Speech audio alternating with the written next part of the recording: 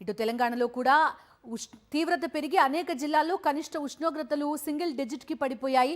దట్టమైన పొగమంచుతో వాహనదారులు ఇబ్బంది పడుతున్నారు. వాతావరణ శాఖ పలు జిల్లాలకు ఆరెంజ్ అండ్ ఎల్లో అలర్ట్ జారీ చేసింది.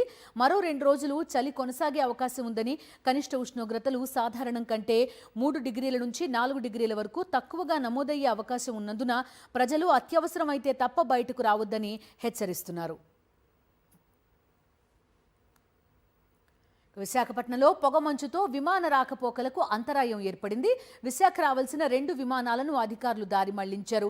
ముంబై విశాఖ విమానం విజయవాడలో ల్యాండ్ చేశారు. హైదరాబాద్ విశాఖ ఫ్లైట్ తిరిగి హైదరాబాద్కి మళ్లించారు. పొగమంచుతో ప్రయాణికులు ఇబ్బంది పడ్డారు.